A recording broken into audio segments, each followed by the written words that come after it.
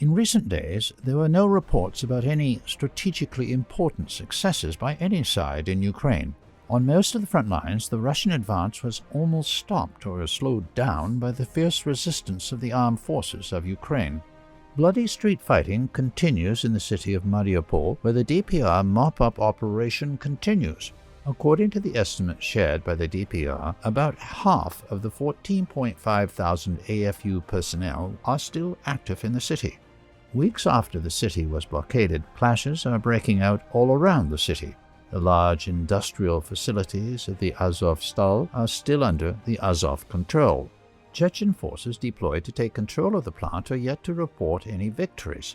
They are likely waiting until the nationalists run out of supplies and then will launch a larger offensive. Meanwhile, the humanitarian disaster deepens in the city. The armed forces of the Russian Federation and the DPR army are making serious efforts to save the civilian population, securing evacuation from the areas under their control. While waiting for the liberation of significant assault forces from Mariupol front lines, Russian and DPR units in the Donbas region are slowly paving the way to the encirclement of the AFU grouping in the region. Heavy clashes began in the village of Meryinka. The DPR units are yet to enter the town of Avdiivka, while they advance on the northern front lines. Clashes continue in the area of the settlement of Novoseka II, where the DPR is trying to cut off the road. After several days of fighting, the AFU were forced to leave the town of Vernets-Turetsky. The offensive under Zherzhinsk has not yet been carried out. Civilians in Donetsk and other cities of the DPR continue to be shelled by Ukrainian artillery.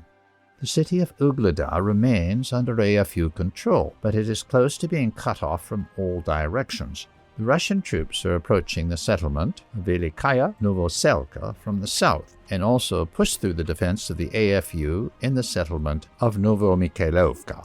After the recent successes of the LPR troops in Severodonetsk-Lysychansk region, they did not manage to continue their advance in the last few days. Clashes also continue near the town of Popasnaya, where the LPR troops are now securing the rear with mop-up operations in the eastern outskirts. The decisive offense is likely to take place soon, as there was a significant reinforcement of LPR forces noted in the region. Units from Chechnya have also been transferred to the front lines and should take part in the mop-up operations in the settlements. Russian troops have been stuck in the Izium region, where the AFU command is deploying large reinforcements in order to prevent the Russian offensive towards Slavyansk and Kramatorsk or to Barvenkovo. Fierce battles continue south of the city in the village of Kamenka, which is one of the most important points of the war.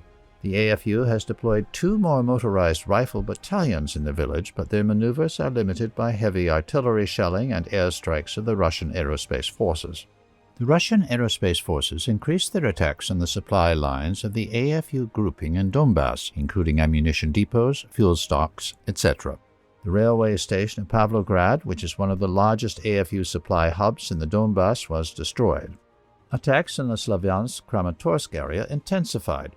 The Ukrainian side confirmed the destruction of a fuel depot in the Kramatorsk.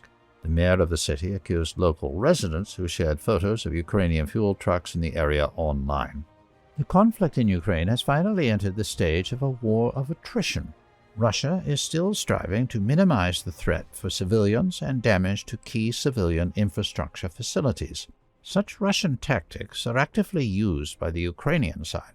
In the current situation, no breakthrough successes of any of the warring sides should be expected until the tactics are changed or additional reserves are deployed.